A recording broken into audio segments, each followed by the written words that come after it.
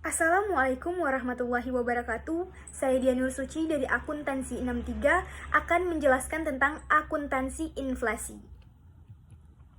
Pelaporan keuangan sangat terkait dengan perubahan harga atau inflasi, karena selama periode perubahan harga tersebut, laporan keuangan dapat berpotensi untuk menyesatkan selama periode perubahan harga tersebut. Perubahan harga atau inflasi adalah suatu proses meningkatnya harga-harga secara umum dan terus-menerus atau kontinu, berkaitan dengan mekanisme pasar yang dapat disebabkan oleh berbagai faktor, antara lain konsumsi masyarakat yang meningkat, berlebihnya likuiditas di pasar yang memicu konsumsi atau bahkan spekulasi, sampai termasuk juga akibat adanya ketidaklancaran distribusi barang. Pengertian perubahan harga atau inflasi.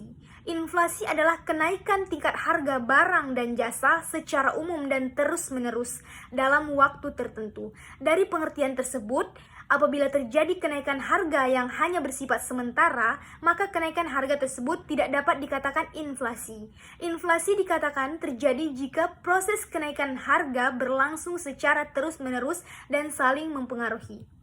Karakteristik perubahan harga barang dan jasa. Ada dua jenis perubahan harga, yaitu yang pertama, perubahan harga secara umum. Suatu perubahan harga umum terjadi apabila secara rata-rata harga seluruh barang dan jasa dalam suatu perekonomian mengalami perubahan.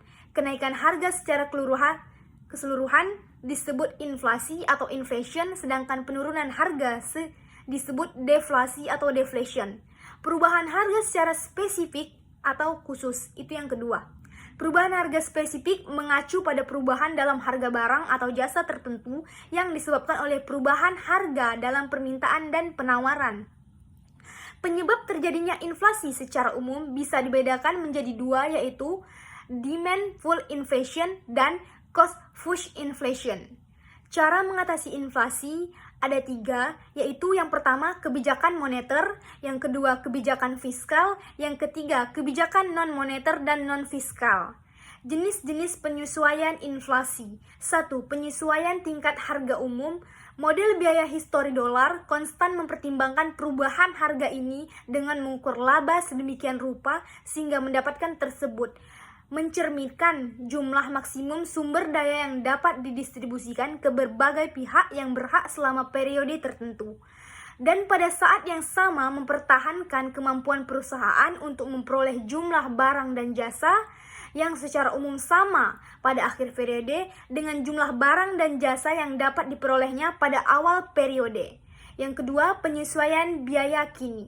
Model biaya kini perbedaan dengan akuntansi konvensional dalam dua aspek utama, yaitu yang pertama ada aktiva tetap. Dinilai berdasarkan biaya kini bukan biaya historis, oleh karena aset pada dasarnya sama dengan nilai diskonto kini dari arus kas di masa depan. Pendukung model biaya kini berpendapat bahwa nilai kini memperlihatkan secara lebih baik pengukuran pendapatan dan potensi arus kas perusahaan di masa depan kepada pembaca laporan keuangan. Yang kedua adalah laba didefinisikan sebagai kekayaan bersih setelah pajak dari perusahaan, yaitu jumlah sumber daya yang dapat didistribusikan oleh perusahaan dalam satu periode tanpa mempertimbangkan komponen pajak, namun tetap dapat mempertahankan kapasitas produktif atau model fisik perusahaan. Secara umum untuk mempertahankan modal adalah dengan menyesuaikan posisi aktiva bersih awal perusahaan lewat indeks harga khusus atau penentuan harga langsung yang sesuai, seperti harga tagihan lancar, daftar harga dari penyediaan, dan lain-lain, untuk mencerminkan perubahan dalam ekuivalen biaya kini aktiva selama periode berjalan. Yang ketiga ada biaya kini disesuaikan dengan tingkat harga umum. Operasi pelaporan ketiga yang bertujuan untuk menerangkan perubahan harga ini menggabungkan karakteristik model tingkat umum dan model biaya kini. Pengukuran ini disebut sebagai model biaya kini yang disesuaikan dengan tingkat harga menggunakan indeks harga umum maupun khusus. Sekian penjelasan dari saya, lebih dan kurangnya mohon dimaafkan. Akhir kalam saya sudahi dengan wassalamualaikum warahmatullahi wabarakatuh. Thank you for watching.